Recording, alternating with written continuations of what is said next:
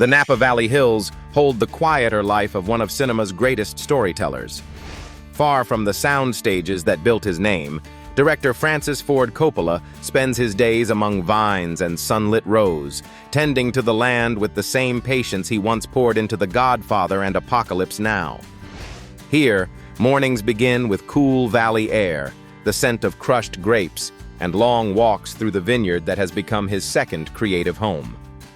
Today, we step inside this peaceful retreat, the place where a legendary filmmaker reconnects with the imagination untouched by Hollywood's rush. But long before these quiet mornings among the vines, Coppola's story began in a very different world.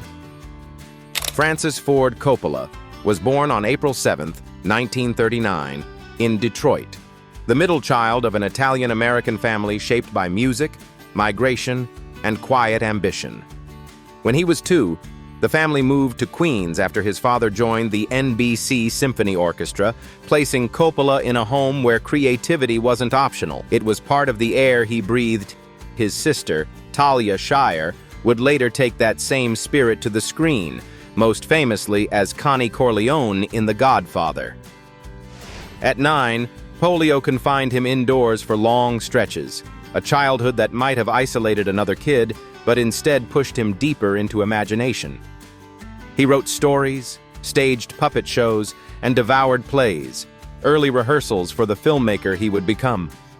After bouncing through more than 20 schools, he found direction at Hofstra College, where theater became his anchor.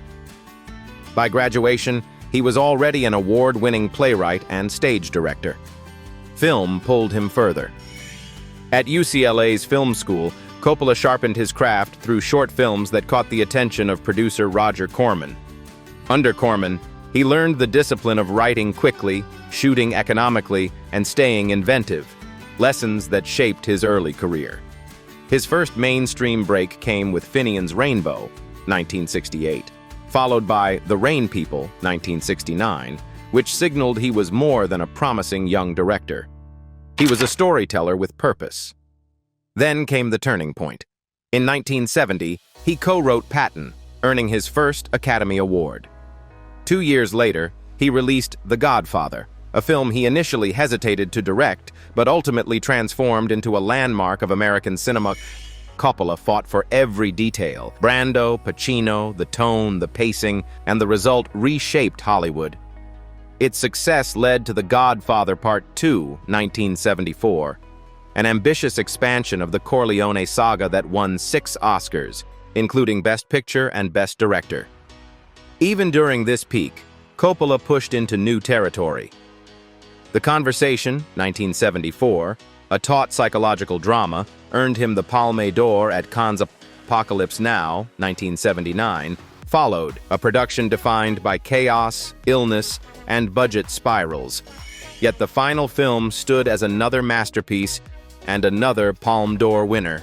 Through his independent studio, American Zoetrope, Coppola nurtured other filmmakers as well, producing George Lucas's American Graffiti and directing The Outsiders, Rumble Fish, and Peggy Sue Got Married.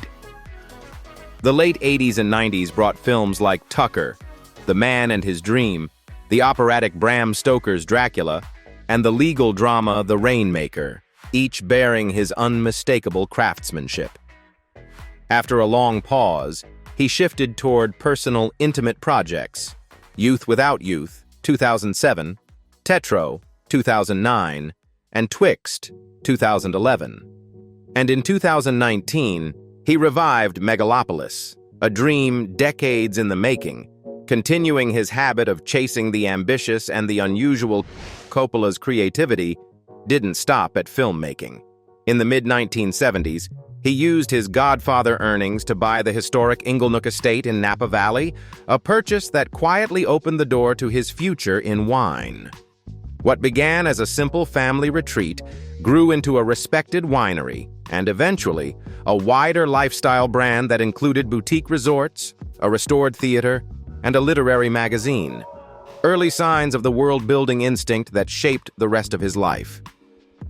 His life became a story of constant reinvention, bold choices, restless ideas, and the will to keep building new worlds. When the noise of Hollywood grew too loud, Coppola turned to Napa, shaping a vineyard that was both business and refuge. Now, to see the man behind the legend, we step into that estate where work, wine, and rest quietly meet. Vineyards and resorts in Napa Valley. Francis Ford Coppola is known around the world for The Godfather, but his life with vineyards began long before this Sonoma estate.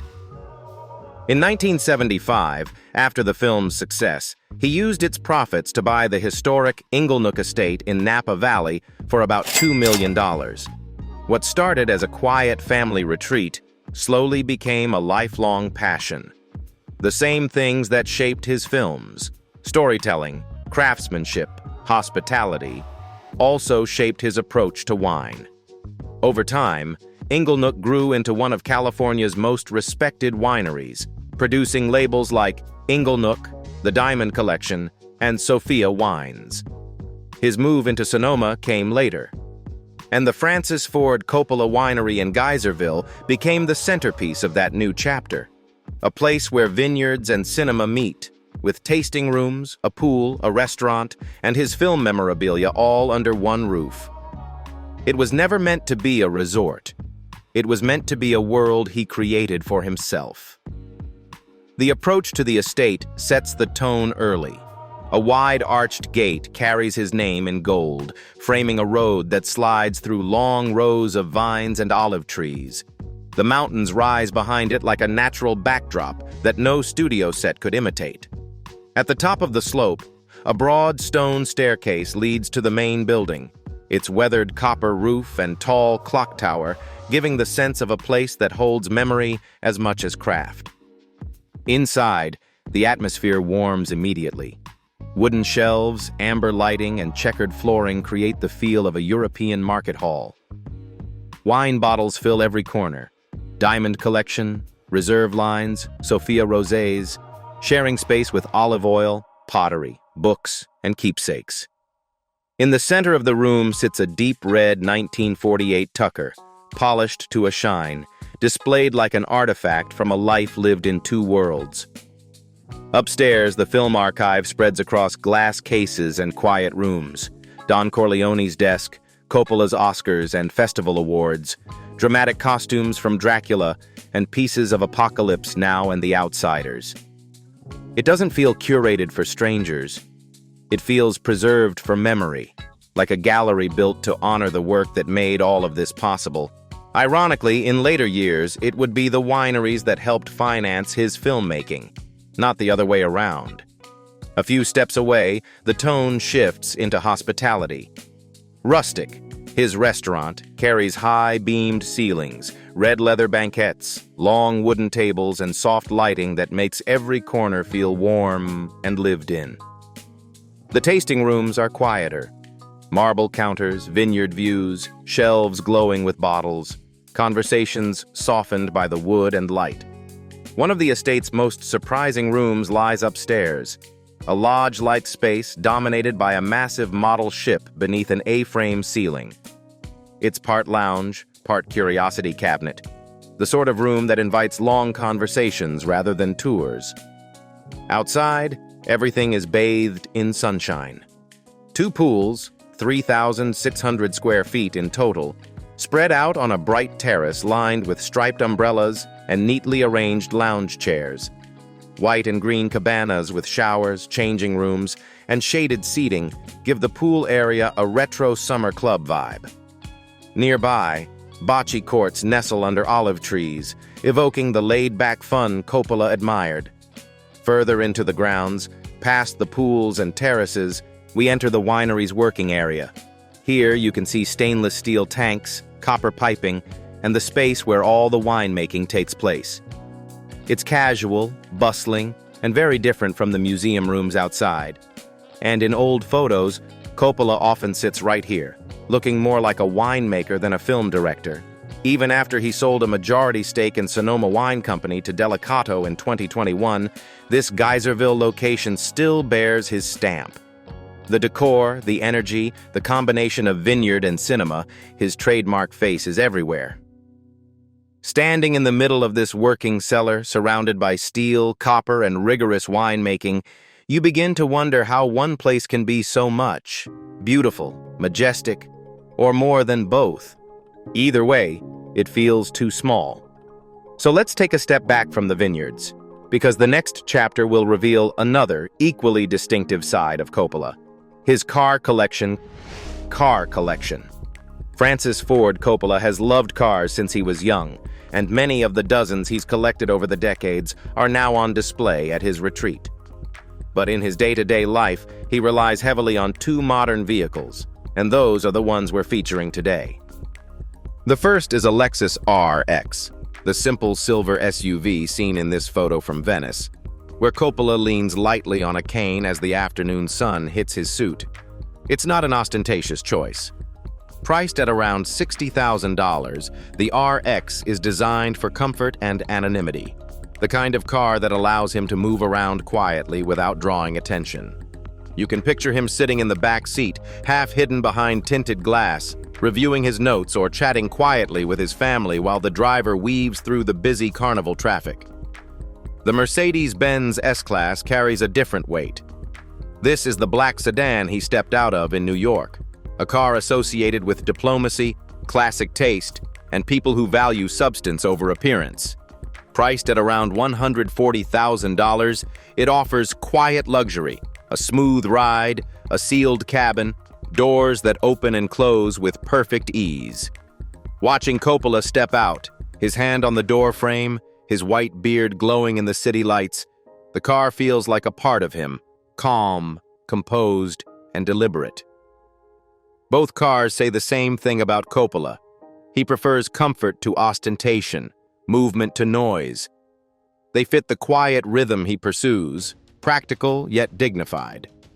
And that understated style isn't just limited to the cars he drives, it's also on his wrists.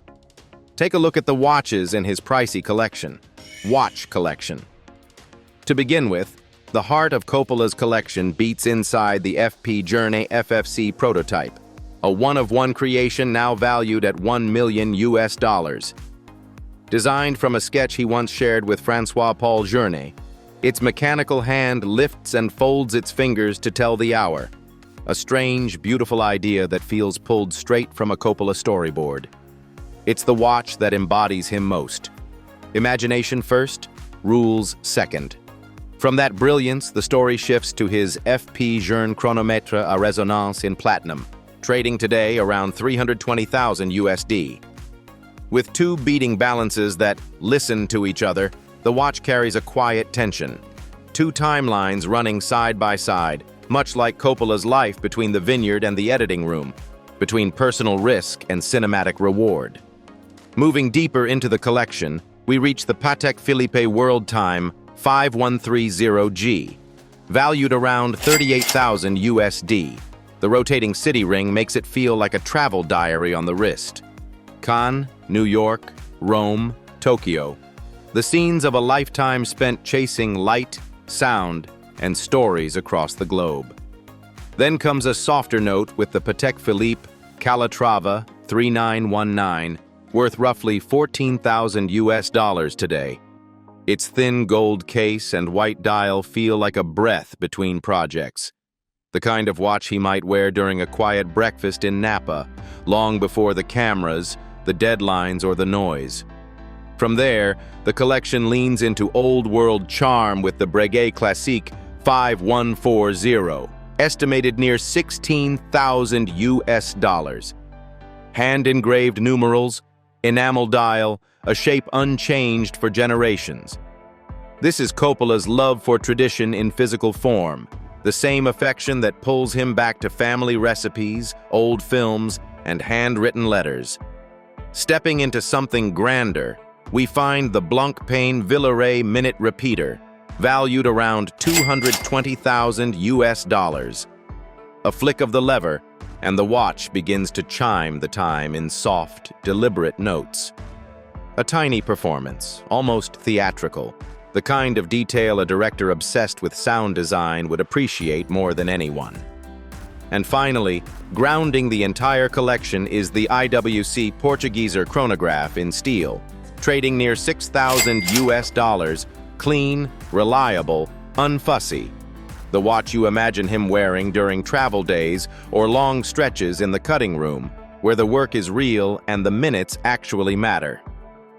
Together, these pieces form a quiet autobiography in metal and time, each one reflecting a chapter of Coppola's creative risks and reinventions. And now, as he parts with them, the moment invites a closer look at the financial story beneath it all. The rise, the strain, and the fortune he's fighting to preserve, income and net worth. His core income came from filmmaking. The Godfather Part 2, and Apocalypse Now brought him steady profit for decades, at times earning him $3 million per year in royalties. That money once carried his studio and personal projects. The problem was not income, but spending.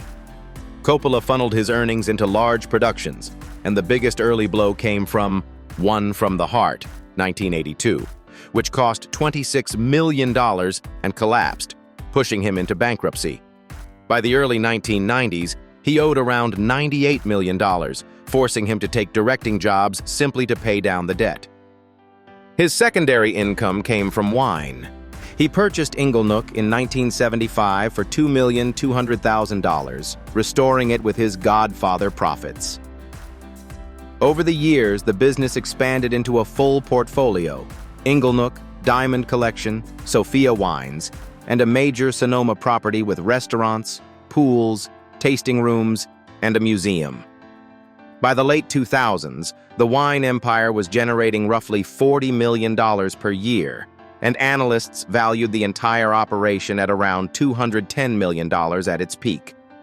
In 2021, he sold a majority stake in the Sonoma winery to Delicato Family Wines in a deal estimated at $120 million, allowing him to protect Inglenook and secure long-term cash flow. Real estate also made up a significant portion of his wealth. Beyond Napa and Sonoma, he purchased Vista Hills Vineyard in Oregon in 2018 for about $10,500,000.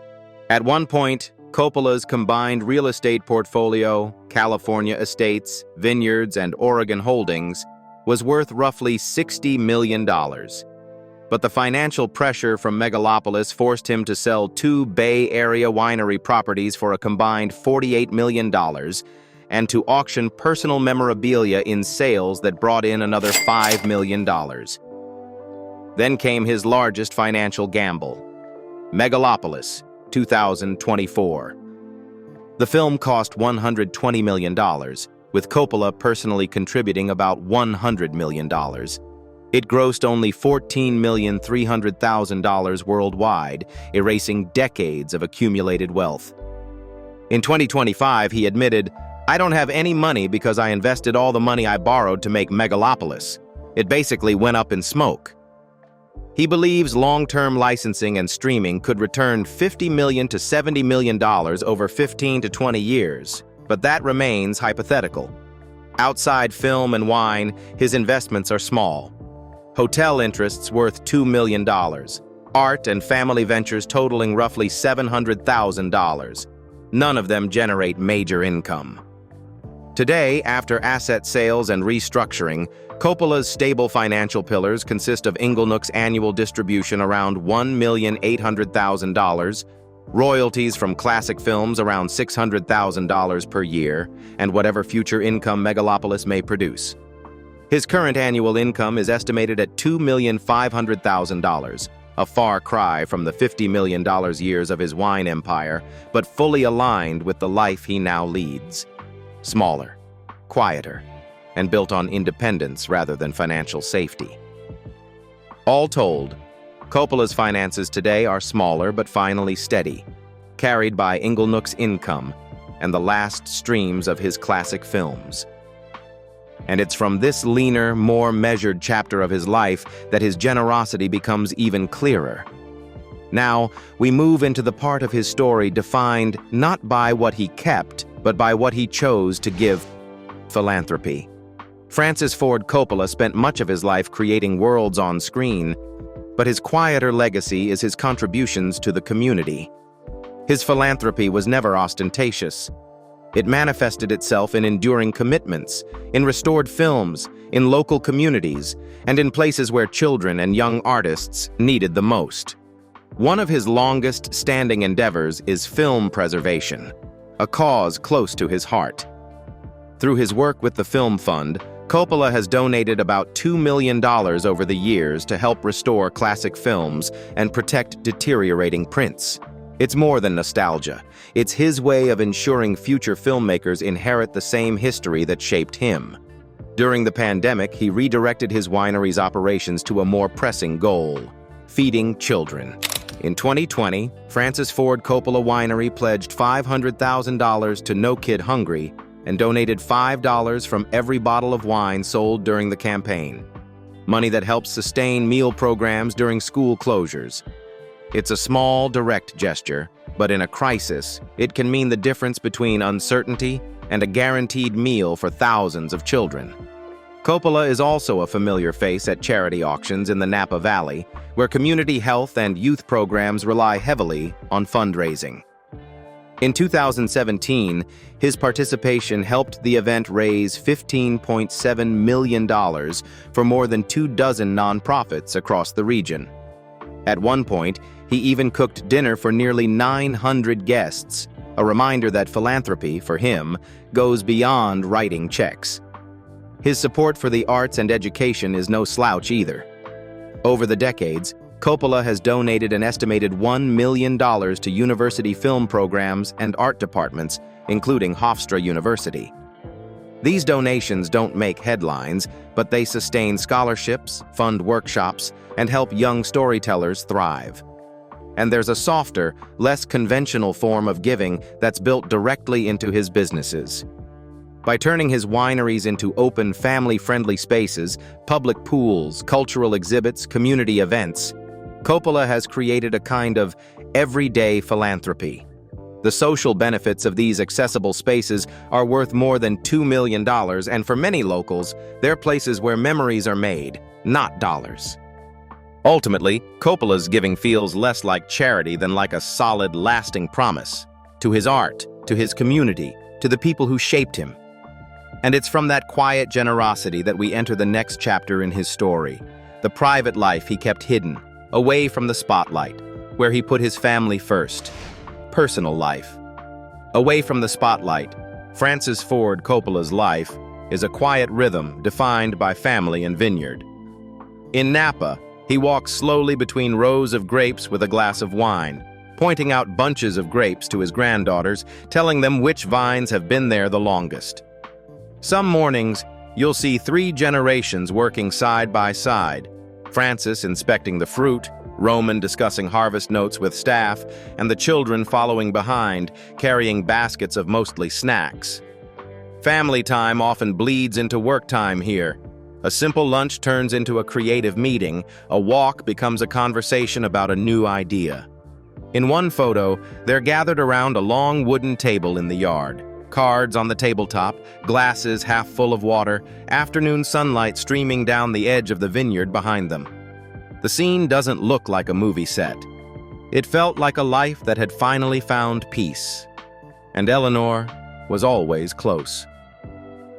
The woman he married in 1963 still sat next to him at wine tastings, still attended dinner parties at the estate, still provided him with quiet comfort, a rock of support. They had been through triumphs, losses, and rebuilding, especially after John Carlo's death, but the vineyard had become a place that bound them all together. Roman and Sophia came regularly, not as filmmakers visiting their famous father, but as part of a family that saw the land as a shared heritage, a shared responsibility, a shared refuge.